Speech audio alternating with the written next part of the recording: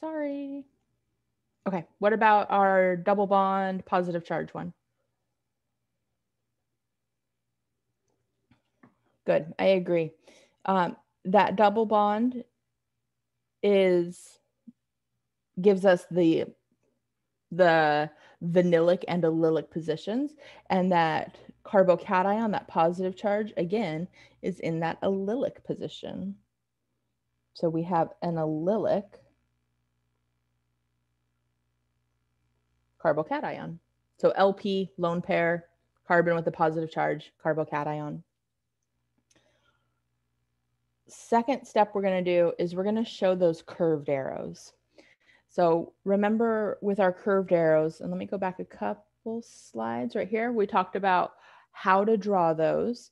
The biggest thing is where we start our arrow, where we start to draw it, this is the electron source. This is where the electrons are. And then where it ends, so this is our start, this is our end, where the electrons end is, or where, I'm sorry, where the arrow ends is where the electrons are going to end up.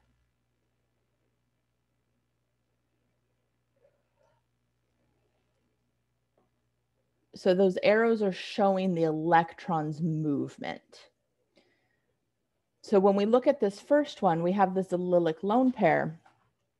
We're going to start our arrow at that lone pair. Now, we kind of make some general rules about drawing these arrows, but as you'll learn as we go throughout the semester, there's lots of exceptions. So I hesitate often to use things or to use the word rule because it sounds like it's, you know, a hard rule. So instead, we can think of these as common patterns. And the common pattern when we have a negative charge is that we will need to have two arrows. And the common pattern when we have a positive charge is that we only need one arrow. Again, there's plenty of exceptions to that, but it's definitely a good starting point and a good way to approach the problem. So here's what I mean by that. I'm going to start my arrow at that lone pair. And remember, we can only involve sp2 and sp atoms. So these carbons over here, those are all sp3 carbons. So we can't move the electrons towards those carbons. It's not going to work. They'll have 5 bonds. Nobody will be happy. So instead, we're going to take those electrons, we're going to put them right there. And we can't stop right there because if we did, that carbon would then have 5 bonds. So what we're going to do is we're going to move the pi electrons, the double bond electrons, and put them right there. So let's see what that ends up giving us. And remember, between resonance contributors, you should have the double-headed arrow. If you forget that on the test, you're not going to lose any points, but that is what it should look like. So I'm going to redraw my structure. Remember, with resonance, we can't break any single bonds. So I know that my general skeletal structure is going to remain the same. And then when we look at what has happened, how those electrons have moved around, that lone pair became a new double bond. If electrons end on a bond, it's going to create a pi bond. So either a double bond or a triple bond. And then those pi electrons moved onto an atom. And when an arrow ends on an atom, it creates a new lone pair.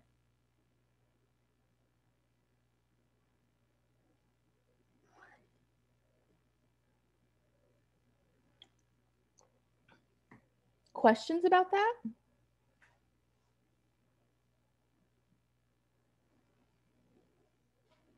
Okay, then let's look at the second one. So in the second one, we have a positive charge. So most likely we will only need one arrow. Really, the only place I can start the arrow are those pi electrons, because we can really only start it at a pi electron or lone pair, and we don't have any lone pairs in this structure. So if I start my arrow at that double bond, where is it going to go to? Where should that arrow end?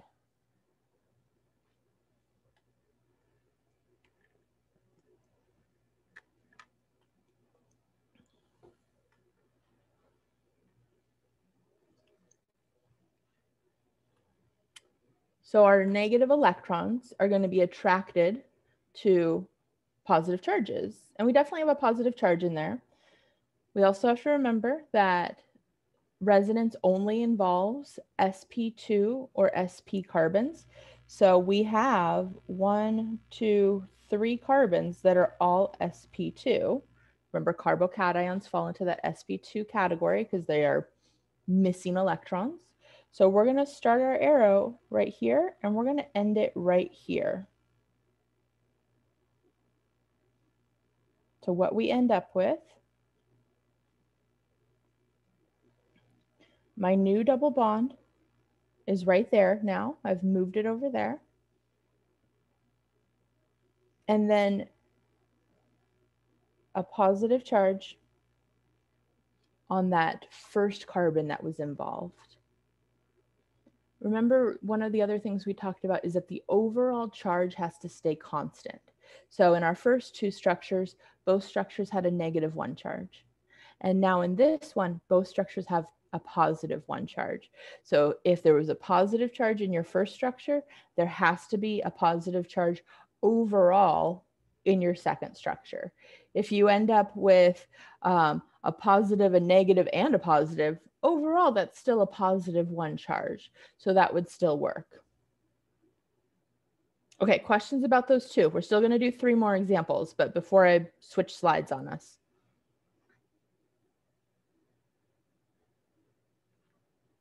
Awesome. All right, let's draw the next 3 here.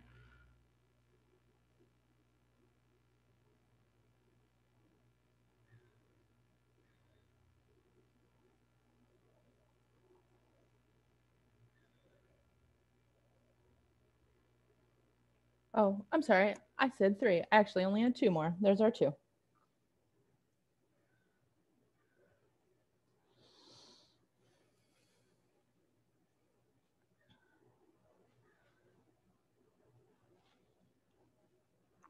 And I'm going to fill in my lone pair on my nitrogen here.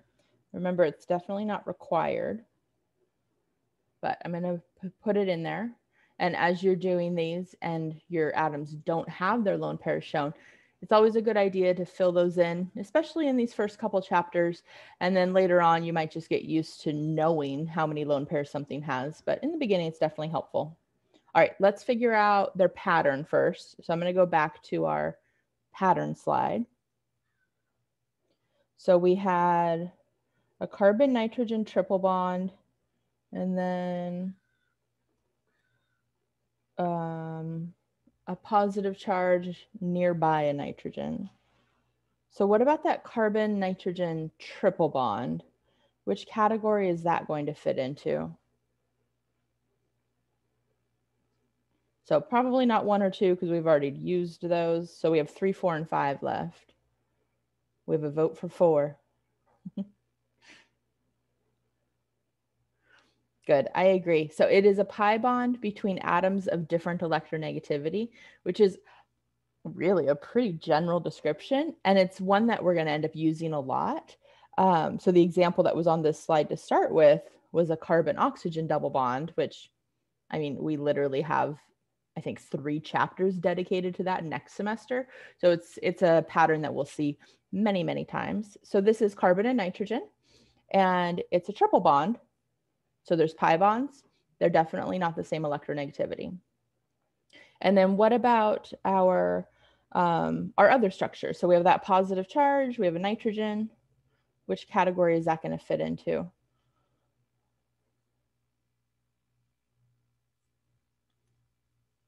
I agree. Number 3. So in number 3, we have a lone pair adjacent to a carbocation. So we have our positively charged carbon, our carbocation, and then we have the lone pair on that nitrogen. So let's fill these in here. We have a pi bond between different electronegativities, and we have a carbocation next to a lone pair. So kind of paraphrasing there, but it gets the point across. So let's draw some arrows. All right, on the first one, we only have 3 atoms in this structure. The carbon that would be on the end over here, so this would be a methyl group over here. Oh, sorry, we don't know that word yet. This would be a single carbon on the end over here, just where, where it ends. That would be an sp3 carbon, so that carbon's not involved. So really, it's just the carbon and the nitrogen. Our arrow is going to start at the pi bond, but is it going to go to the carbon or is it going to go to the nitrogen? The nitrogen? It is going to go to the nitrogen. How do we know it's going to go to the nitrogen? Because carbon's stable right now. It has 4 electrons. So carbon is stable. Carbon has a full octet. It has its 4 bonds, but nitrogen is also stable right now. Remember, nitrogen likes to have 3 bonds in a lone pair. So in that first structure, they are both pretty happy. Why would electrons be more attracted to a nitrogen than a carbon? That is the right answer, by the way.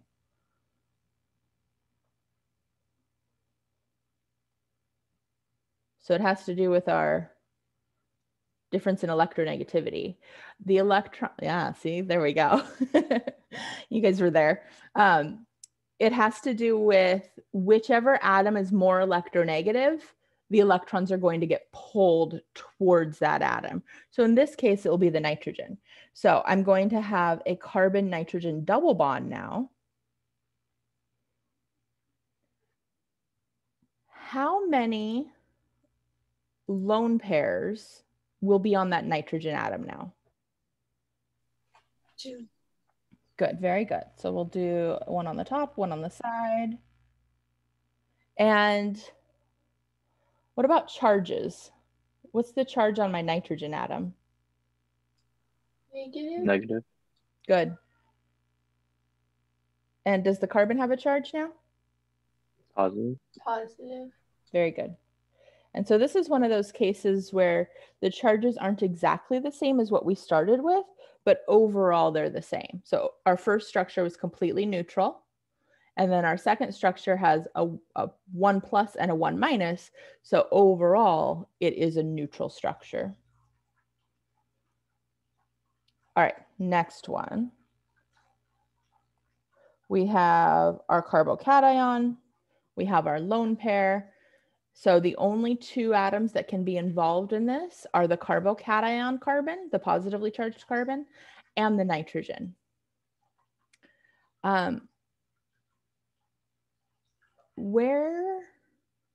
Let's see, I was trying to figure out how to word my question. Where should the arrow start? At the lone pair. Perfect. Good, at the nitrogen. See also in there? Yeah, so we're going to start it specifically on the lone pair, and we're going to end it at that bond.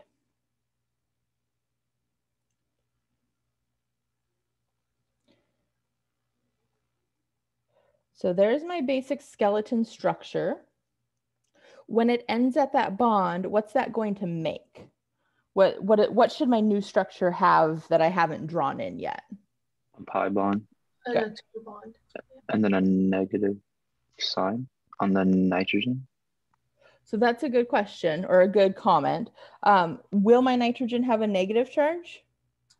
Positive. It will be positive. So the lone pair is gone from the nitrogen because we used it to create that pi bond. And so now it only has 4 bonds going to it and no lone pairs. And so that gives it a positive charge. We can also kind of double check that with what we started with. Our starting structure had a positive charge. So we know that this structure should also have that positive charge. Okay, questions about either of those 2?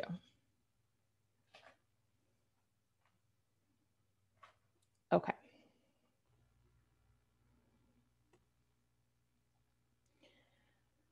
When we draw resonance contributors, they're not all created equal.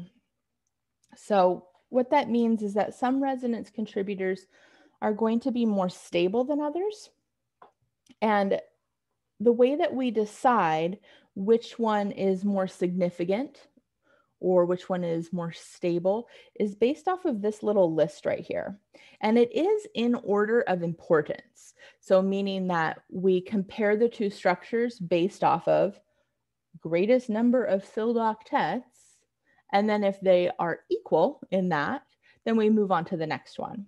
So the three things we're looking for is, do all of the atoms have a filled octet? So if we have two structures, so for example, the first one that's right here, these are the two resonance contributors for this structure. The one on the right is labeled as a major contributor because the one on the left, our carbocation here, has an unfilled octet. Now the one on the right, the oxygen does have a positive charge, but it has 2, 4, 6, 8. It still has 8 electrons around it. So even though it's not neutral, it has a filled octet. Having a filled octet is more important than being neutral. Number 2 says the fewest formal charges. So let me switch colors here. The one on the bottom down here, we have 3 resonance contributors, and 2 of them have charges, and 1 of them is completely neutral. So the one that's completely neutral is labeled as the largest contributor. So this would be the one that we would say is the most significant because it is neutral. And then out of the other 2, so I'm just going to call these 1, 2, and 3 here. The one that I labeled as number 2 would be the next most important, because even though it has charges, everybody has a full octet. And then number 3 is the worst out of them because we have that carbocation, which doesn't have that full octet. And then the last thing that we look at is that the negative charge should be on the more electronegative atom. And that's the example down here in the corner. So we have 2 resonance contributors. In both of them, every atom has a full octet. They're both evenly charged, meaning in both structures, there's 1 charge each. So that's using the second guideline. And so they're tied as we compare number 1, as we compare number 2, they're tied. So we move on to number 3, and number 3 says we want the negative charge to be on the more electronegative atom. Another way, because this one doesn't have negative charges, is we would want the positive charge to be on the less electronegative atom. So it can work either way, depending on if you have positives or negatives. And so the one on the right is labeled as the major contributor. Oxygen's more electronegative than nitrogen. So we want that positive charge to be on the nitrogen. That will give us the more stable structure. Okay, knowing that, we're going back to these guys. And we're going to decide which one is the major contributor, if there is one, and why. So what about in our first structure there? And I'm just going to number these just to make them easier to talk about. 1, 2, 1, 2. So in our first set of resonance contributors, is number 1 or number 2 our major contributor? Or is there a tie?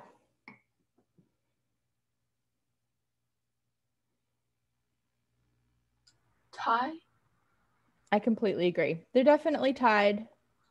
They're the same, essentially. It's all carbons. The double bond is between carbons, the lone pair and the negative charge is on carbons. So there's nothing that separates the 2 of these. So they are equal in their significance or stability, however we want to word it. What about the next group there? Which one would be our major structure? Would it be 2? So it's not going to be 2, but it's so it is number 1 by default then, huh? But we haven't actually talked about the reasoning for this one. So by looking at these, we have positive charges on carbons, we have a double bond between carbons. So they kind of look the same. You might even guess that they were tied. One thing that we will learn in a couple chapters, though, is that carbocations are more stable when they have more carbons bonded to them. So this carbocation is bonded to 2 other carbons, and this carbocation is bonded to 3 other carbons. So that would not be a test question because we haven't gotten there yet, but they are a little bit different just because of that extra carbon as a branch. So this has to do with carbocation stability, which we will hit in a couple chapters. All right, what about 1, 2? Which one is our major contributor or our more significant contributor?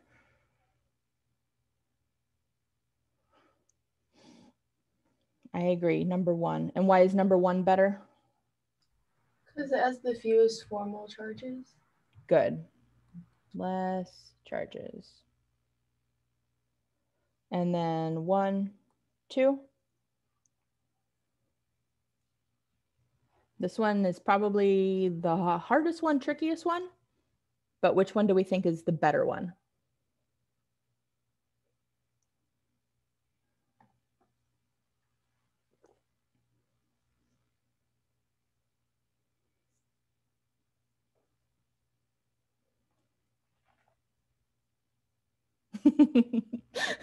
I'm laughing because the chat's 1, 2, 1, 2, 1, 2.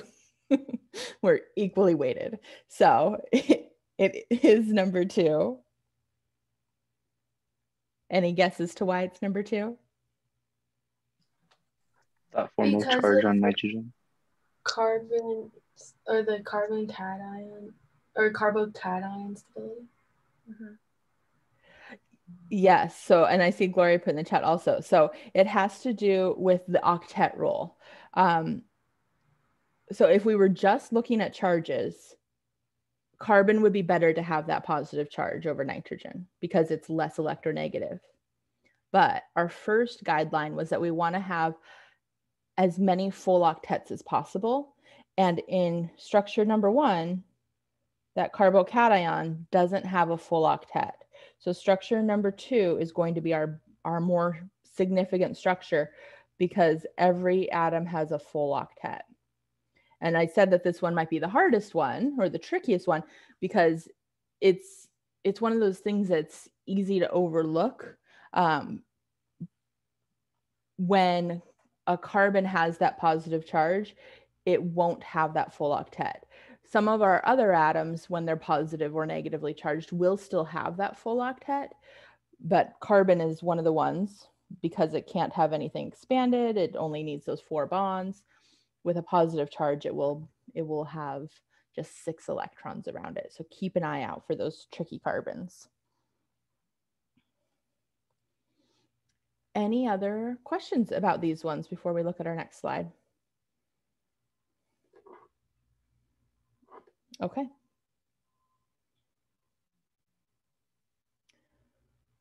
So the next one is looking at a resonance hybrid. And this is when we take our resonance contributors and kind of average them together. So we actually looked at this exact same example, I know it was last week, but a few slides ago, where we combined them together. So we're going to do this with a couple of the examples we looked at on our last slide.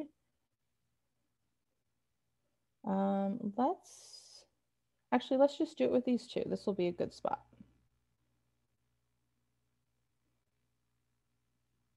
We'll do it in red.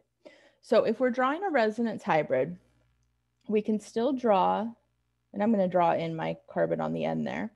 We can still draw our atoms in and any of the bonds that don't move. So that single bond on the end stays put. Nothing happens to that. And then the bond between the carbon and the nitrogen has at least 2 bonds. Oh, you know what? I picked a horrible one to start with. I'm sorry. We're not going to do this one. It's a bad example. And I'm totally going to go to the other slide. These ones are much better ones to work with. I was trying to do ones that are just a little outside of what we've talked about. Sorry about that, guys. Okay, let's look at the first one. So I'm going to redraw my 6 carbon ring here, because remember, none of those single bonds move. I'm going to label this as the hybrid so we remember. We draw dashed lines for the bonds that are moving because they're showing that they are shared between locations. So my pi bond is being shared between that top carbon, the one next to it, and then the next one down. So I'm going to draw a dashed line between those 3 atoms to show that there's a set of electrons that is being shared between those 2 locations. We don't show the lone pairs that are being shared. They're kind of just implied. But what we do need to add in are the charges.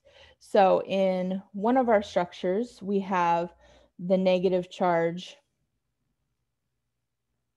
on carbon number 3.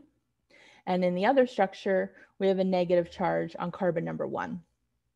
So when we're averaging these together, neither one of them has a full charge anymore. They each have a half charge or a partial charge. Let me erase my numbers just because they're in the way now. So what we're going to do at carbon number 1 and carbon number 3 is we're going to draw that lowercase delta.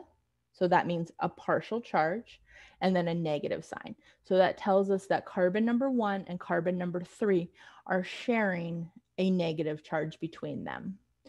So overall, this would have a 1 minus charge. They each get about half a charge, half of a negative charge. So let's look at the next one then. So there's my skeletal structure. I'm going to number this just going across. Just again, it makes it easier to talk about when we can give the carbons some names, some labels.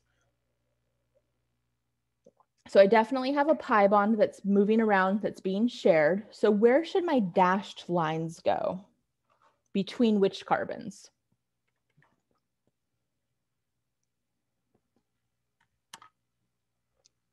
Two and 4. Good. Between 2 all the way to 4. So we're going to go from 2 to 3 and then 3 to 4.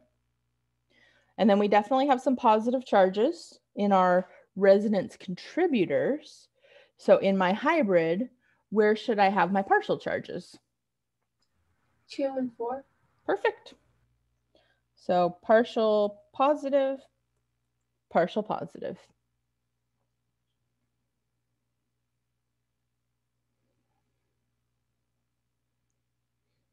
Questions about either of those?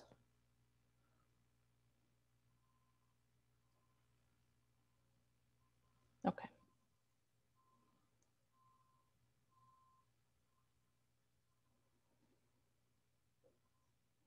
See if there's more on there that I didn't talk about. I think we got it all.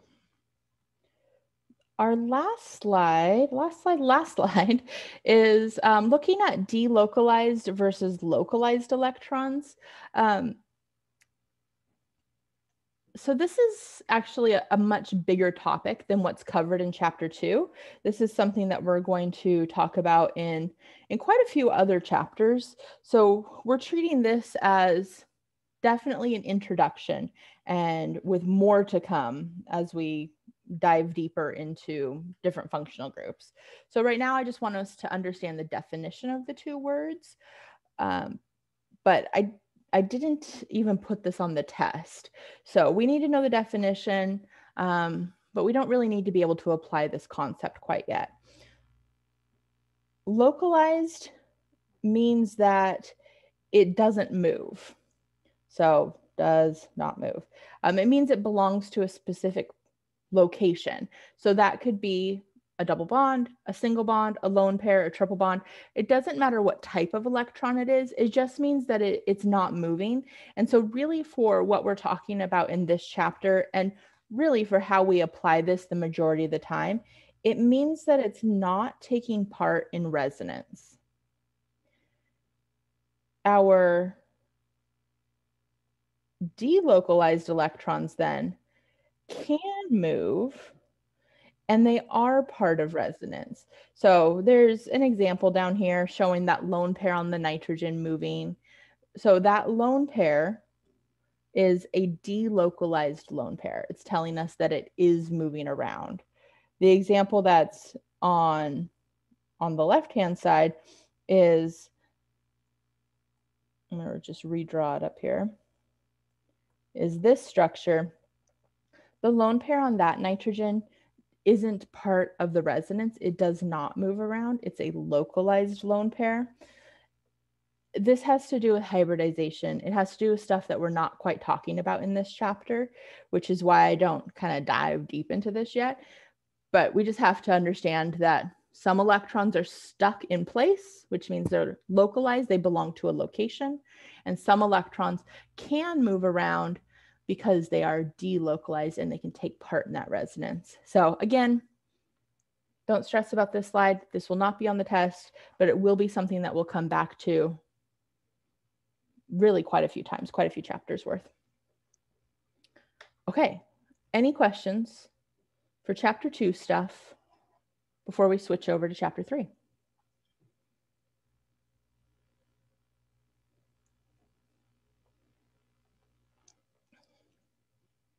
Okay. So let's see, let me get out of here, get rid of all my drawings. Need to stop sharing so I can share again.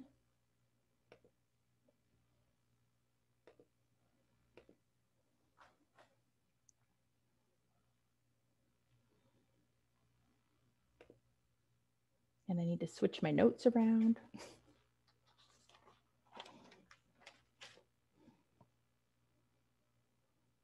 Switch all my stuff around. Do we have to memorize the P? No. So a question in the chat asked if we have to memorize the pKa values listed in the book to evaluate acidity. Definitely not. Don't fill your brain with that. That's no. I actually don't even have any questions on the test that deal with pKa values. So, and it's because we don't really use them a whole lot in organic chemistry. What we'll talk about in this chapter is how to look at two structures and decide which one's more acidic from a qualitative perspective, using pKa's, so using numbers is more a quantitative perspective. And we honestly just don't use them a whole lot in organic chemistry. Mostly because our structures are so similar that having like a general pKa doesn't help us out a whole lot. Okay. I think I'm ready.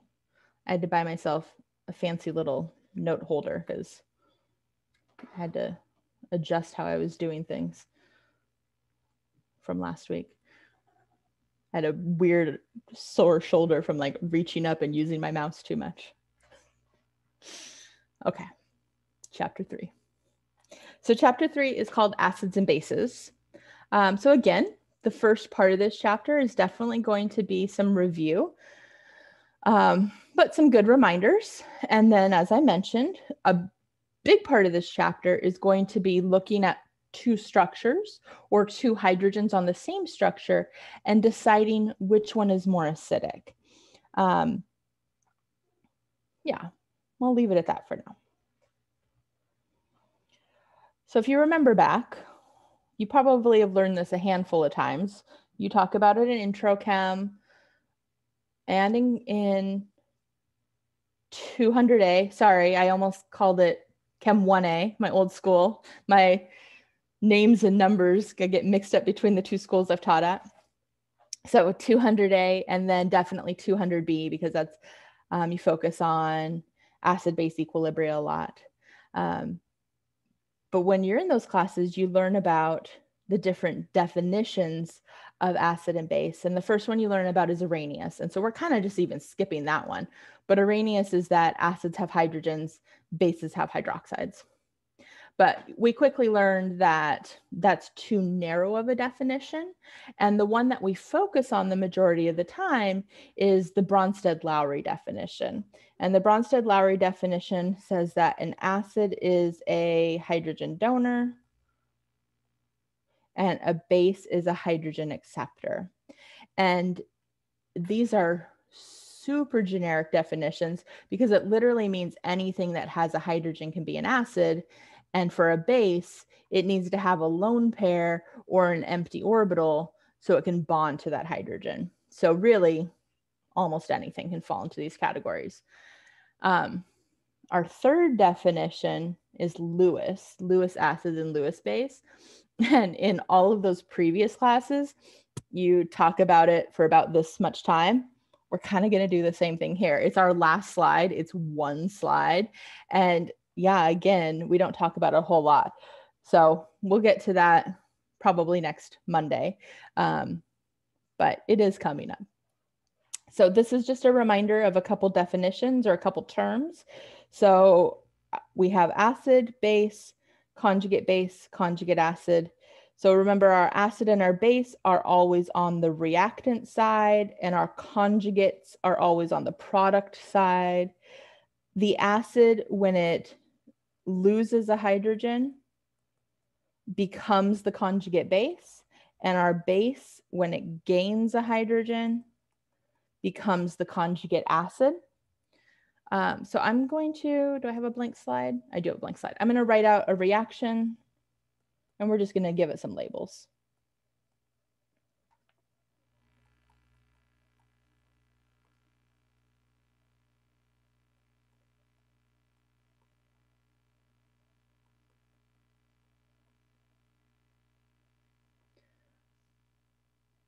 So in this structure, or not structure, excuse me, in this reaction, we're going to label the acid, the base, the conjugate acid, the conjugate base.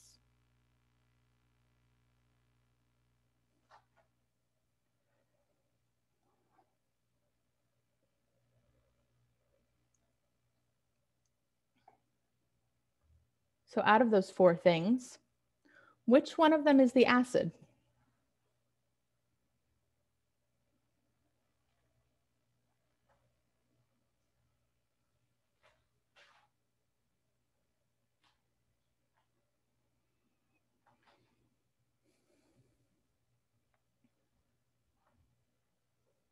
Would it be HCO3 negative?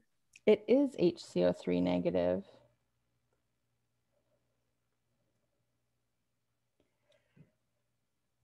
And generally, once you figure out one thing, you know the rest of them. Because if this is the acid, what is the CO3 2 minus then? Conjugate base. Perfect.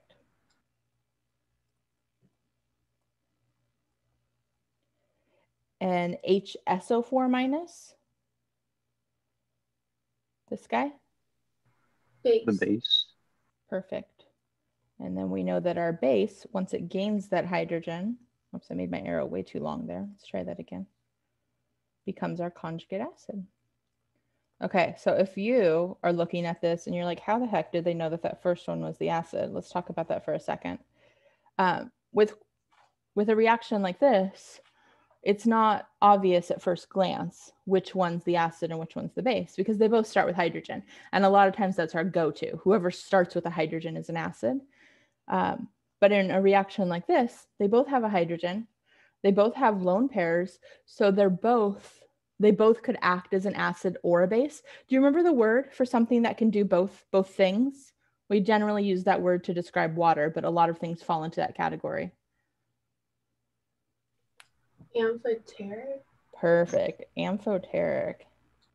I'm not sure if I'm spelling this right, but it's pretty close if it's not right. So amphoteric. So I always think of amph like amphibian, because amphibians can be in the water or land. So I don't, Latin-wise, I don't know exactly what that means, but it must mean both of some kind. I'm sure one of you guys probably knows that better than I do from biology. But how we evaluate that to decide which one's the acid and which one's the base is we compare the reactants to the products. So if we look at HCO3 minus, and over here we have CO3 2 minus, in order to become that, it has to lose a hydrogen. The definition of an acid is a hydrogen donor. So whichever substance donated, got rid of its hydrogen, that was our acid. And our HSO4 minus, to become H2SO4, has to gain a hydrogen. And that's the definition of our base, is it's at a hydrogen acceptor. It's going to take on a hydrogen. So that's what you're looking for when you compare the two sides. So that makes this our acid. That makes this our base. Questions about either one of those? Okay. Some more curved arrows. So we looked at curved arrows in chapter 2 as resonance. We talked about how to move the electrons around. We did some practice ones to start with today. Those curved arrows also show something called a mechanism. Mechanisms show us how reactions are happening. So we can show that this acid is donating a hydrogen to this base. That's what our reaction is. The mechanism is showing how that reaction is happening. This is our official definition: electron movement to break and form new bonds. This is going to look very similar to resonance, but in resonance, we're just shifting around pi bonds and lone pairs, and we're not forming or breaking any sigma bonds. When we're showing mechanisms, we can break and form new bonds because it is showing the chemical reaction happening. In our acid-base reaction, we have two general things that have to happen. The base has to form a bond to the hydrogen that it's going to accept, and the acid has to break the bond between itself and that hydrogen. So we have two arrows here that are showing that happening, and I'm just gonna, again, label them as 1 and 2. So the arrow that I have labeled as arrow number 1 is that first description. The base attacks, we use the word attack a lot when we talk about this, but the base attacks the hydrogen, and we're using, so notice where the arrow starts. It starts right on the lone pair of that oxygen. That lone pair is being used to form a bond between the oxygen and the hydrogen. So I always think of mechanism arrows as electrons that have hands. So that arrow is reaching out and grabbing that hydrogen to form a new bond to the hydrogen. So arrow number 1 is showing the formation of a new bond. Arrow number 2 is that second bullet point down here. We know hydrogen can only form one bond at a time. So when oxygen reaches out and grabs it and forms that new bond, it can't still be bonded to the acid. We have to break that old bond. So look at arrow number 2. The bond starts at, or excuse me, the arrow starts at the bond, so the bond between the hydrogen and the oxygen, and it ends on that oxygen. So it shows the bond breaking, and those electrons become a lone pair on the oxygen. So they're going from that sigma bond location onto the oxygen as a lone pair. So arrow number 1 forms a new bond to the hydrogen. So that's essentially the base accepting the hydrogen. And arrow number 2 shows the bond breaking. That's the acid donating that hydrogen. And both of these arrows are happening at the same time. This is a one-step reaction. So we're going to practice this.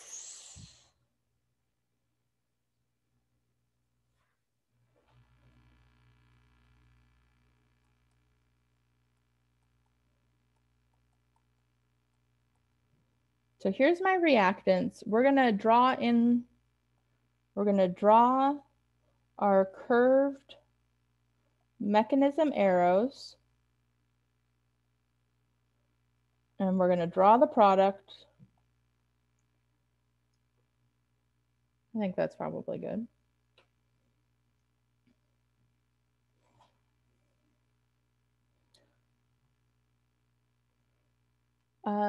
Our first structure is a carboxylic acid. I probably should have asked you guys that. Sorry.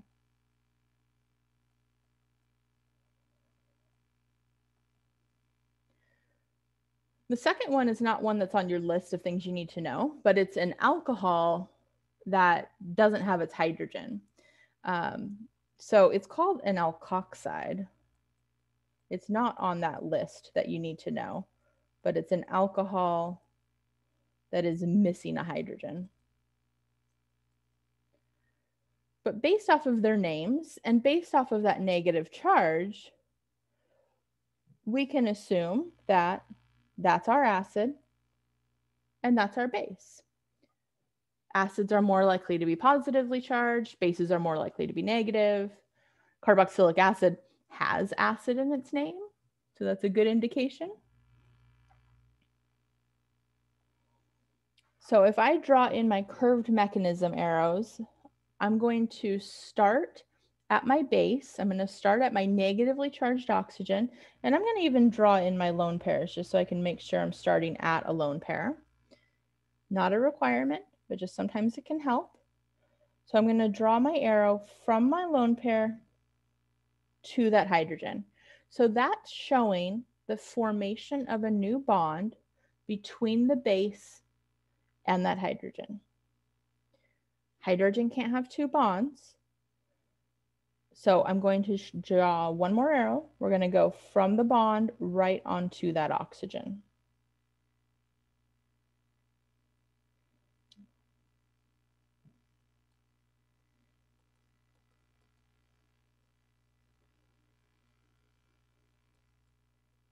Oops.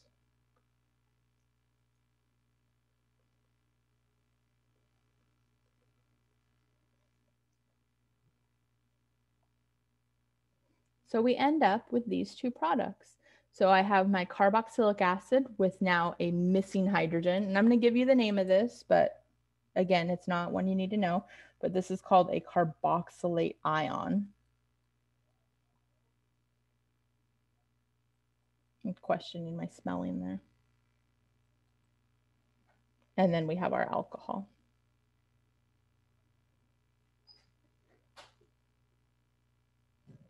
So the carboxylate ion is our conjugate base. It's our acid after it's donated its hydrogen. And our alcohol is our conjugate acid because it's our base after it has accepted that hydrogen.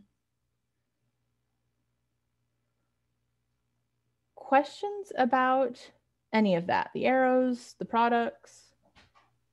Does that oxygen on the carboxylate ion have two lone pairs before you added the extra one? It does. So if we add in the lone pairs over here, it would have two lone pairs on that one. Got it.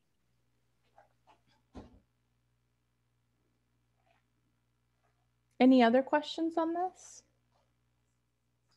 Wait, I thought that you couldn't like change single bonds. We can because this is a mechanism and not resonance. Okay. Got it. And so a question was asked if you'll miss points if you forget to add the negative charge. Yes, you would. So if you did not include the negative charge in your product, you would not get full points. There's definitely lots of partial credit, but yeah, that would be something you'd lose some points for. The overall charge is going to remain the same, just like we did with other things. So the charge on this side of the reaction, on our reactant side, is a -1 overall, which means the overall charge on this side is also a -1. So just kind of another way to check your work, check those charges. That overall charge cannot change.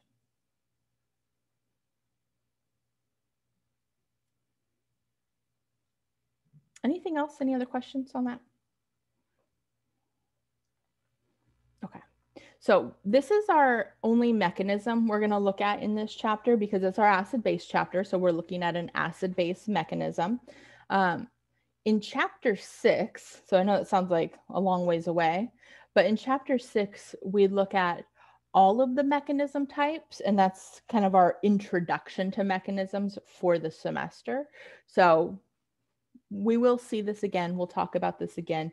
And we'll look at other variations, but this is our little introduction to mechanisms.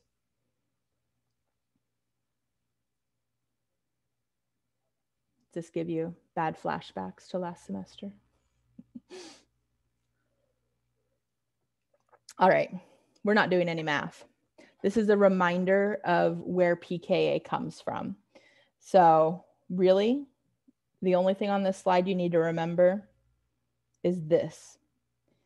When we have a small pKa, it means we have a stronger acid. And remembering that it's a logarithmic scale.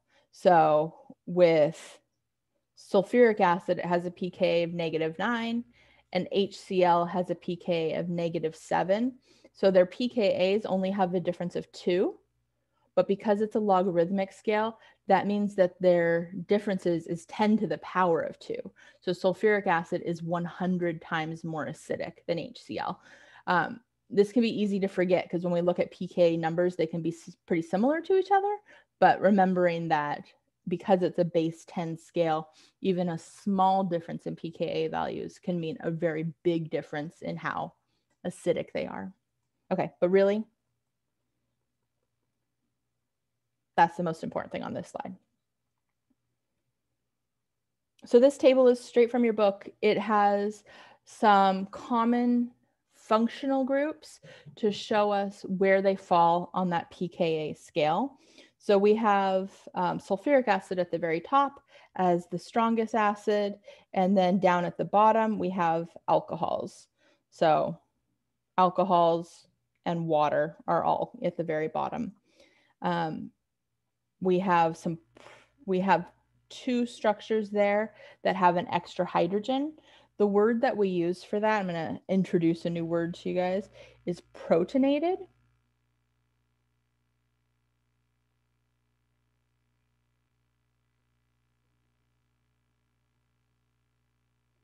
So meaning it has an extra proton or an extra hydrogen. It's a protonated structure.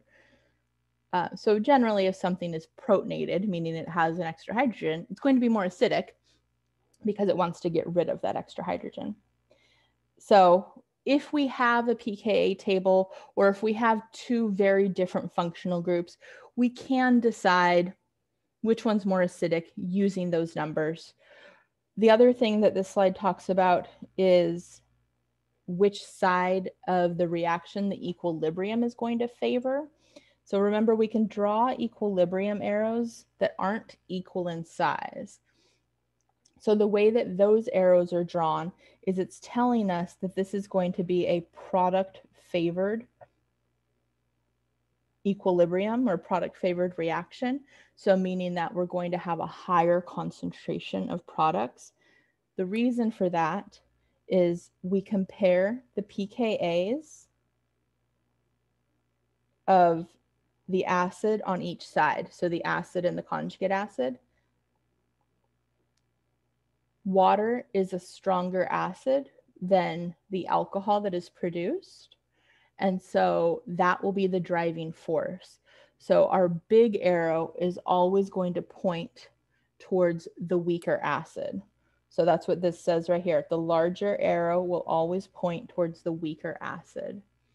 The concept behind that is the stronger acid is going to be more reactive, and it's pushing that reaction forward, producing more of that weaker acid. The title of this section is Bronsted-Lowry acidity, quantitative perspective. So quantitative meaning numbers. And this was asked in the beginning if you need to memorize these numbers. Definitely don't. But also, we don't have these numbers with us a lot of time. So what we are going to use most of the time, what do I have for that? I don't think I actually have a practice problem there. What we're going to use most of the time is a system called ARIO. And this is a qualitative perspective. So this is a way to evaluate 2 structures to decide which one is more acidic. Or if you have one structure and you're looking at 2 different hydrogens on the same structure and you're deciding which one is more acidic. kind of a little side note, but just as a reminder, when we're talking about if something's a stronger acid or a weaker acid, what that means is how good it is at its job. An acid's job is to donate a hydrogen, to get rid of a hydrogen. So if something's a stronger acid, that means that the bond to that hydrogen is going to break more easily. So a strong acid can get rid of its hydrogen really easily. That also means, so I'm going to just draw us our real generic acid there. As it breaks into its conjugate base,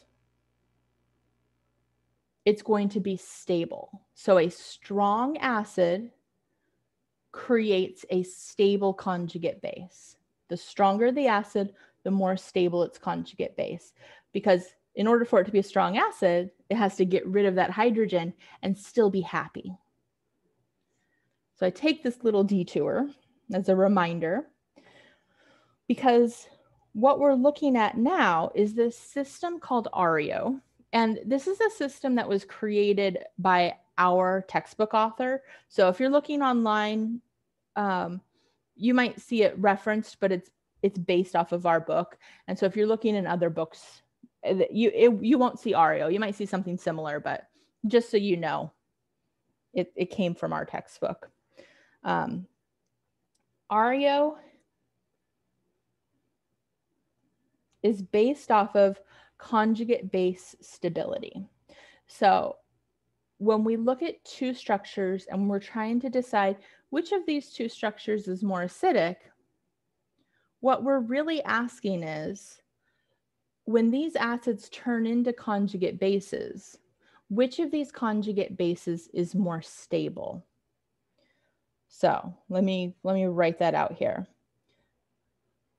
Which acid is stronger?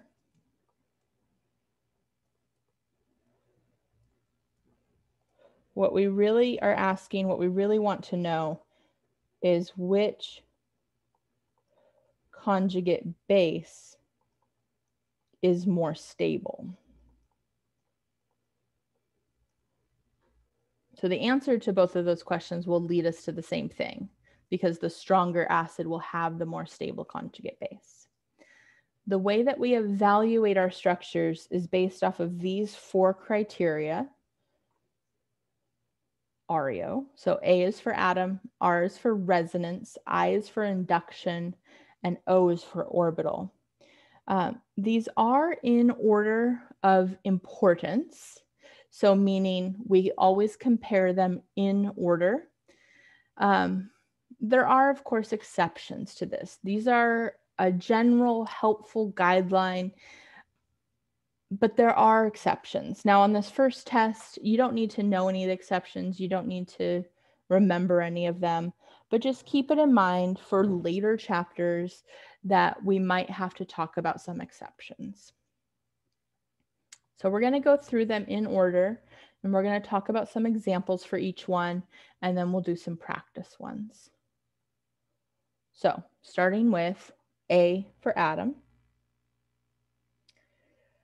What we're looking at for this is what atom is our acidic hydrogen bonded to. Now, when we say acidic hydrogen, if we're thinking of our structure as an acid, it's going to be the hydrogen that it donates. So this literally could be any hydrogen in the structure, but some hydrogens are going to be more acidic than others. So the two structures that we're comparing, butane and propanol. And so there's 2 hydrogens, excuse me. There's 2 hydrogens that are shown in red. So that means we're comparing those 2. In butane, the hydrogen is bonded to a carbon. And in propanol, the hydrogen is bonded to an oxygen. So that's what we're comparing, carbon versus oxygen. So there's our first little step there. We're looking at the atom that loses the acidic hydrogen. Draw the conjugate base of that molecule. So if this is an acid and it loses its hydrogen, these are the conjugate bases that would form. So we have a negatively charged carbon, we have a negatively charged oxygen. We're comparing the atoms with those charges. There's two ways to compare these, and we're using our periodic table. I'm looking for my periodic table. Ooh, knocking things over. It's buried under something. I don't know where it's at. Okay, so we're looking at our periodic table, and we're going to actually look at the second bullet point first, because that's where our atoms fall in this example. If the two atoms that we're comparing are in the same row, carbon and oxygen, then we're comparing electronegativity. The more electronegative the atom, the more stable the charge. So based off of that reasoning,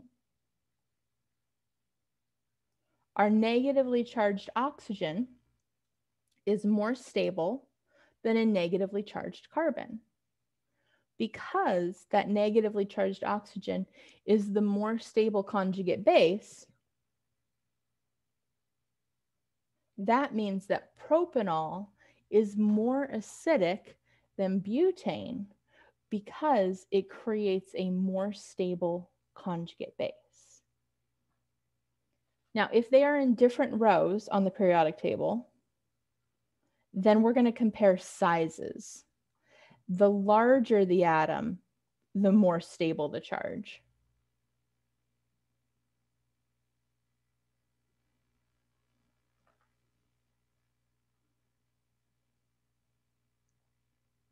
And then this last little bullet point here is what I just said, but the more stable the conjugate base, the more acidic the structure.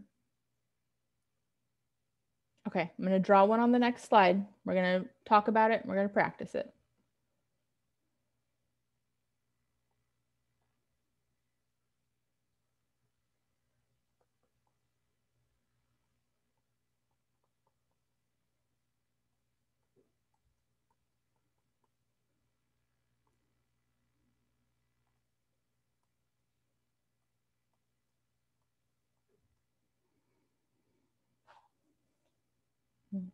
Let me add in a carbon one too. Nope. There we go. Okay, 4 hydrogens on the same structure. So we can use ARIO to compare 2 different structures like we did on the last slide, but we can also use them to compare hydrogens within the same structure. The process is the same. Now, when we went through that last slide, we drew out the conjugate bases. We don't technically have to do that step. We can evaluate the atoms without drawing the conjugate bases, just by knowing what the rules are. So we have 4 hydrogens here. They are bonded to a nitrogen, an oxygen, a sulfur, and a carbon. Which of those hydrogens is going to be the most acidic? 3, because it's attached to the sulfur, which is the largest and the most stable. Perfect. So number 3 is our most acidic. And your reasoning is correct. It's because it's on the largest atom. So if we look at our periodic table, we have carbon, nitrogen, oxygen, sulfur. There's my mini periodic table that we need. Carbon, nitrogen, and oxygen are all in the same row, and sulfur is in the next row, so making it larger than the rest. So because it's larger than the rest, that's going to be our most acidic hydrogen. What would come next then? Oxygen, because it's more electronegative than carbon and nitrogen. Perfect. So we're using electronegativity to make that decision. So oxygen's more electronegative than carbon and nitrogen. Who comes next? Good, number 1. And so our reasoning then for our last 2 is also based off of that electronegativity. So because hydrogens 2, 1, and 4 are all in the same row, we're comparing their electronegativities. What this tells us, how we're going to use this in the future, is if we were to react this with a base, this tells us what hydrogen the base is going to react with, where that reaction is going to take place. Questions about any of those? Okay, so we're going to move on to the R of REO then. The R stands for resonance. And what we're looking at in terms of resonance is, does the conjugate base have resonance? We know that we talked about resonance in chapter 2 because resonance makes things more stable. It spreads out charges, it makes charges shared. And so if a conjugate base has resonance, that's going to make it more stable than something that doesn't have resonance. So our two examples down here, we have ethanol and we have acetic acid. So these are our acids. And when ethanol loses its hydrogen, here's its conjugate base. It's called ethoxide. I'm just going to give it a name just because it makes it a little bit easier to talk about. And our acetic acid, and these are the hydrogens it's losing, by the way, the ones that are attached to the oxygen. And we know it's going to be those ones because our options are either oxygens or carbons. And we already know, because of the A of REO, that the hydrogens attached to the oxygens are going to be more acidic. And so when our acetic acid loses its hydrogen, it becomes this, which is acetate. With ethoxide, we have a negatively charged oxygen. That's it. There's nothing else to talk about there. But with acetate, because we have that oxygen-carbon double bond, and we have the oxygen with the lone pair, this falls into one of our resonance patterns. This is a lone pair. This is an allylic lone pair. So we can draw our resonance arrows showing that lone pair going towards that double bond. And so because we have resonance, it makes it a more stable conjugate base, which means acetic acid is more acidic than ethanol. So that more stable conjugate base is from the more acidic structure. All right, let's practice a couple of these.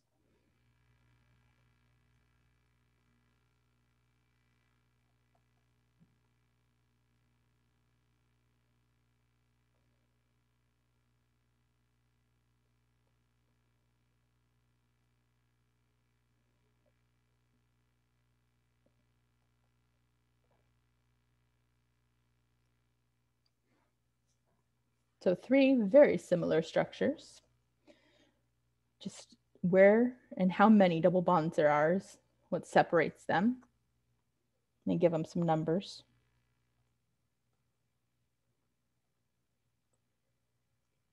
And this one might help us to see conjugate bases. So this is their acid form. I'm going to draw conjugate bases down here.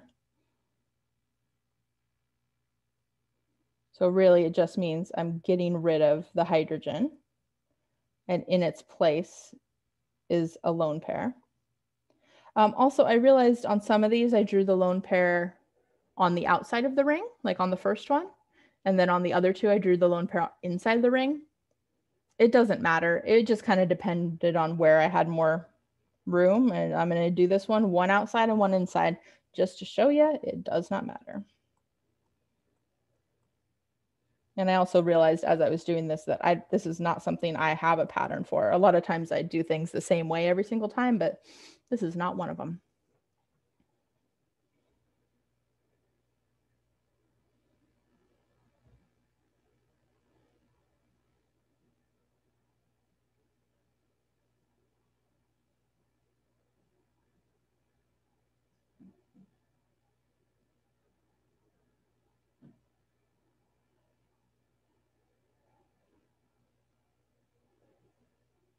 Okay, so 1, 2, or 3. If we compare ARIO, they're all nitrogens. The acidic hydrogen was attached to a nitrogen in every single one. So we skip down to the R, we skip down to resonance, which makes sense. It's the one we're talking about.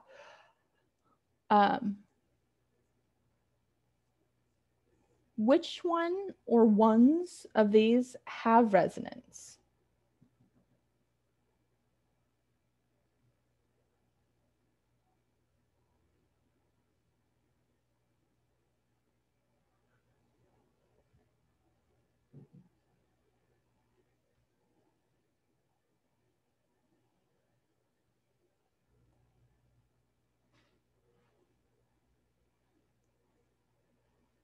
So definitely 3.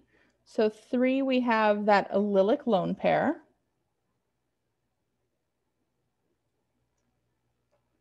We could do this.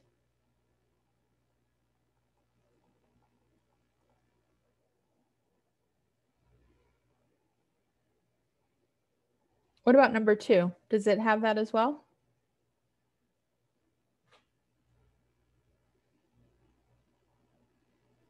No. So number 2 does have it, and it actually has it on both sides. So I'm going to show both sides just in different colors, but we could do this just like we did on number 3, but we could also go the other direction. So it has 2 different resonance structures, and they're both allylic lone pairs. Does number 1 have any resonance?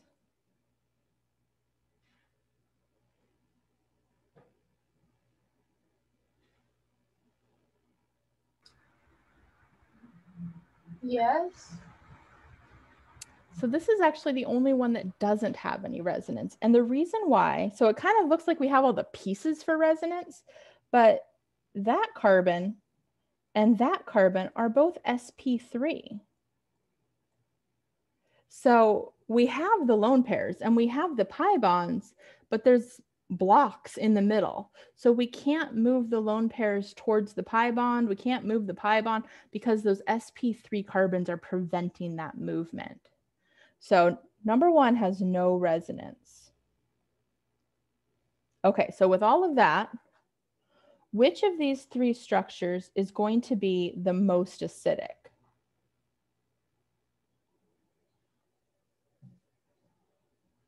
Or maybe we should start the other, oh, you guys got it. Okay, good.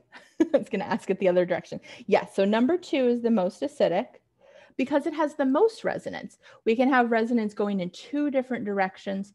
And when we have more resonance contributors, that's going to be extra stability. So number 2 is our most acidic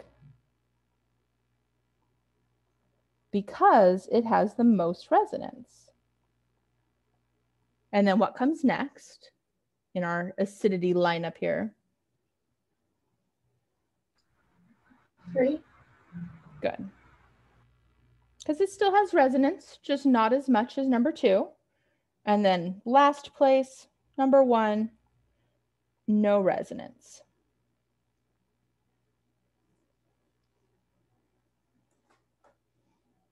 Any other questions about the resonance one?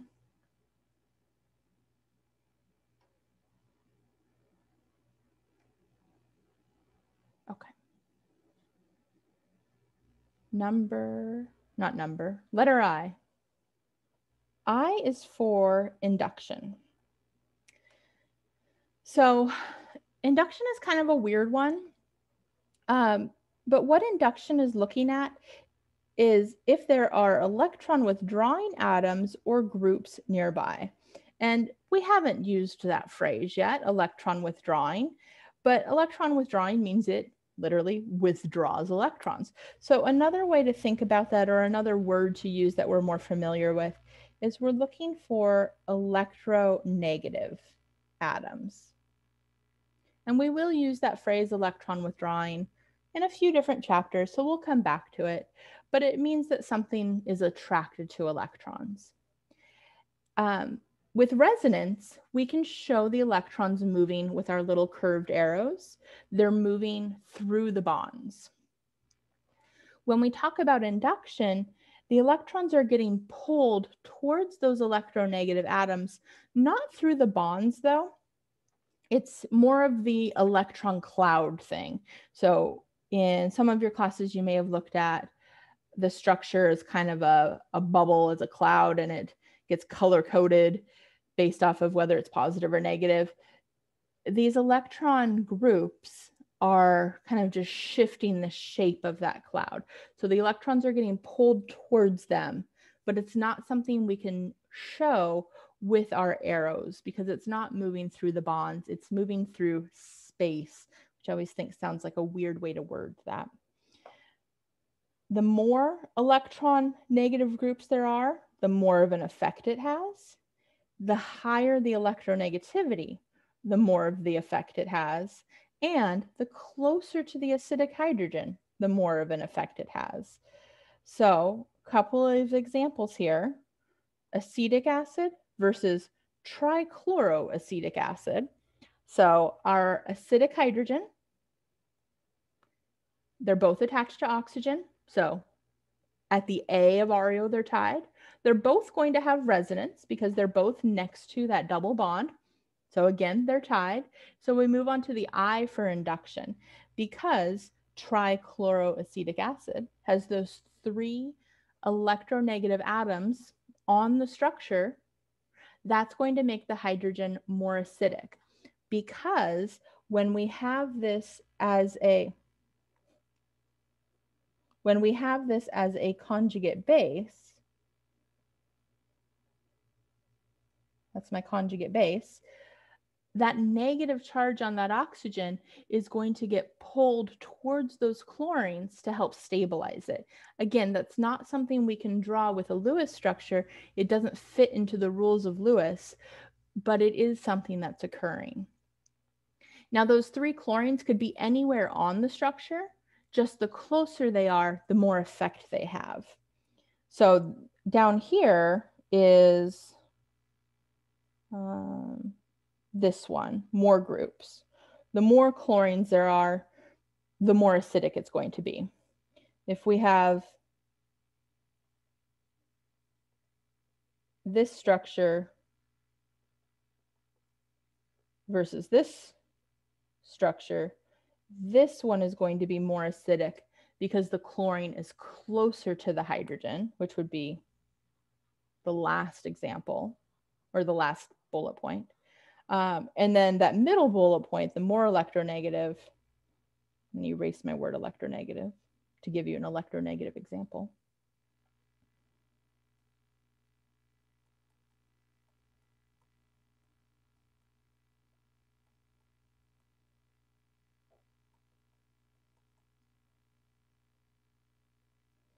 If we have 2 carboxylic acids and one of them has a fluorine attached and one of them has a bromine attached, fluorine's more electronegative. So that's going to give it more of an inductive effect than the bromine that's attached. Checking our time here. Questions on the inductive effect one? One of the questions that usually comes up right about now is, well, what if we had a more electronegative atom that's farther away and a less electronegative atom that's closer? So they're kind of like working in terms of like comparing them. There's one of them should win because it's closer, but the other one should win because it's more electronegative. You won't see one like that on the test. These are qualitative ways to compare them. So they're not going to work in every scenario. So if that was the case and we really needed to know which one's more acidic, we would probably have to find a website that lists very specific pKa's or a big giant book that lists very specific pKa's, but using ARIO would not get us to an answer for something like that. So you would not see something on a test that is contradicting the 2 things. Okay, we are at a lovely stopping point. So on Monday, we will start with O for orbital, and then we will do some practice ones. But that is it for lecture. So go click on the lab link, and I will see you there, and a couple minutes. Thank you. Thank you guys. Thank you.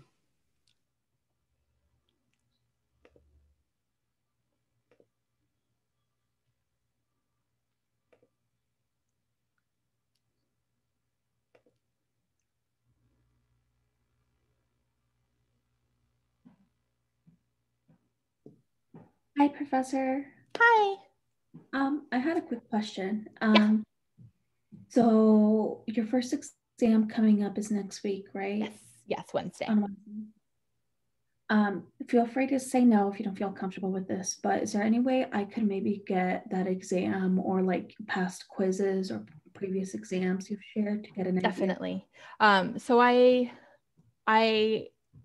written the test, kind of. Okay, let me stop recording before I forget.